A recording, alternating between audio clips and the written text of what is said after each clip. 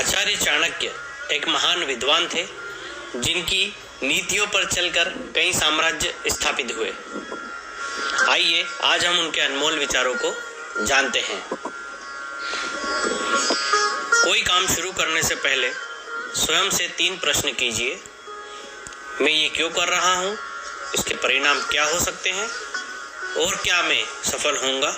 और जब गहराई से सोचने पर इन प्रश्नों के संतोषजनक उत्तर मिल जाएं, तभी आगे बढ़िए।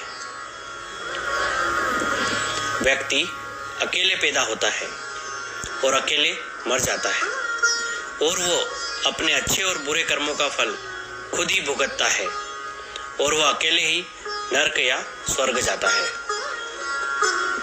भगवान मूर्तियों में नहीं है। आपकी अनुभूति आपका ईश्वर है। आत्मा आपका मंदिर है।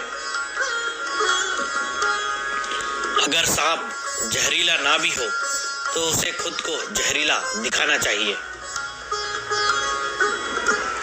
इस बात को व्यक्त मत होने दीजिए कि आपने क्या करने के लिए सोचा है। बुद्धिमानी से इसे रहस्य बनाए रखिए और इस काम को करने के लिए दृढ़ रहिए। शिक्षा सबसे अच्छी मित्र है। एक शिक्षित व्यक्ति हर जगह सम्मान पाता है।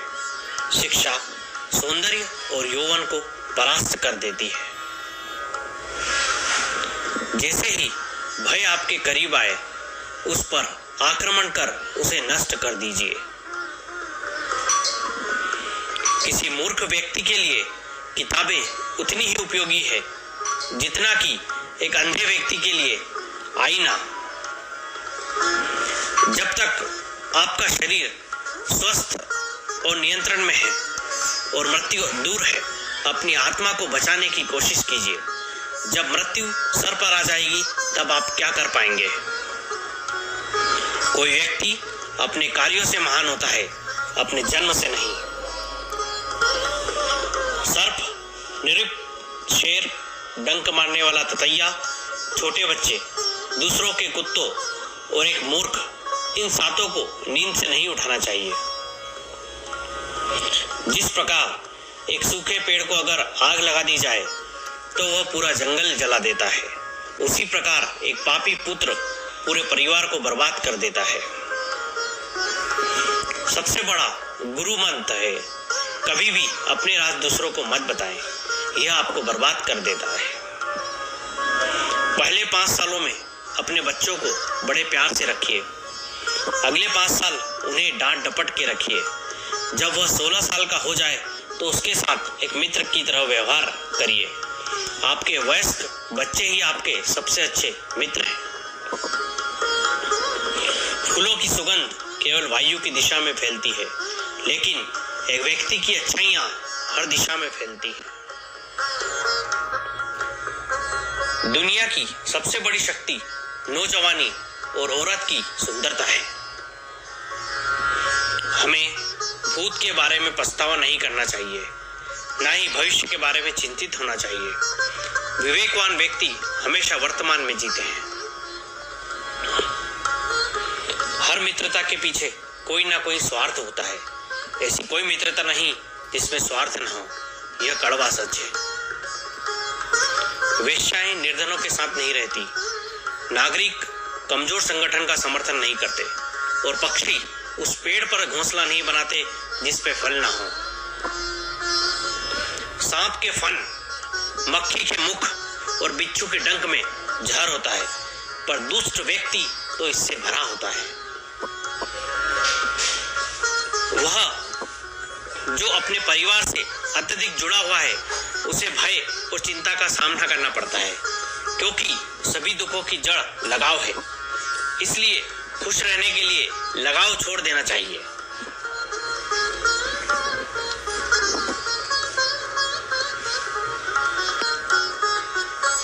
वह जो हमारे चिंतन में रहता है वह करीब है, भले ही वास्तविकता में बहुत दूर ही क्यों ना हो, लेकिन जो हमारे हृदय में नहीं है वह करीब होते हुए भी बहुत दूर होता है। अपमानित होके जीने से अच्छा मरना है। मृत्यु तो बस एक क्षण का दुख देती है, लेकिन अपमान हर दिन जीवन में दुख लाता है। कभी भी उनसे मित्रता मत कीजिए जो आपसे कम या ज़्यादा प्रतिष्ठा के हों। ऐसा मित्रता कभी आपको खुशी नहीं देगी। जब आप किसी काम की शुरुआत करें तो असफलता से मत डरें और उस काम को ना छोड़ें। जो लोग ईमानदारी से काम करते हैं वो सबसे प्रसन्न होते हैं। सेवक को तब परखें जब वह काम ना कर रहा हो, रिश्तेदार को किसी कठिनाई में, मित्र को संकट में और पत्नी को घोर विपत्ति में। संतुलित दिमाग जैसी कोई सादगी नहीं है, संतोष जैसा कोई सुख नहीं है, लोभ जैसी कोई बीमारी नहीं है और दया जैसा कोई पुण्य नहीं है। यदि किसी का स्वभाव अच्छा है तो उसे किसी और गुण की क्या जरूरत है। यदि आदमी के पास प्रसिद्धि है तो भला उसे और किसी श्रृंगार की क्या आवश्यकता है। हे बुद्धिमान लोगों, अपना धन उन्हीं को दो जो उसके योग्य हों और किसी को नहीं। बादलों के द्वारा लिया गया समुद्र का जल हमेशा मीठा होता है। पृथ्वी सत्य की शक्ति द्वारा समर्पित है। यह सत्य की शक्ति ही है जो सूरज को चमक और हवा को वेग देती है। दरअसल सभी चीजें सत्य पर निर्भर करती हैं। वो जिसका ज्ञान बस किताबों तक सीमित है और जिसका धन दूसरों के कब्जे में है, वो जरूरत पड़ने पर ना अपना ज्ञान प्रयोग कर सकता है ना धन। जो सुख शांति व्यक्ति को आध्यात्मिक शांति के लिए अमृत से संतुष्ट होने पे मिलती है, वो लालची लोगों को बेचैनी से इधर उधर घूमने से नहीं मिलती। एक अनपढ़ व्यक्ति का जीवन उसी तरह से बेकार है जैसे कि कुत्ते की पूंछ जो ना उसके पीछे का भाग ढकती है ना ही उसे कीड़े मकोड़ों से डंक से बचाती है। एक उत्कृष्ट बात जो शेर से सीखी जा सकती है वो ये है कि व्यक्ति जो कुछ भी करना चाहता है उसे पूरे दिल और जोरदार प्रयास के साथ करे। सारस की तरह एक बुद्धिमान व्यक्ति को अपनी इंद्रियों पर नियंत्रण रखना चाहिए और अपने उद्देश्य को स्थान की जानकारी और समय और योग्यता के अनुसार प्राप्त करना चाहिए।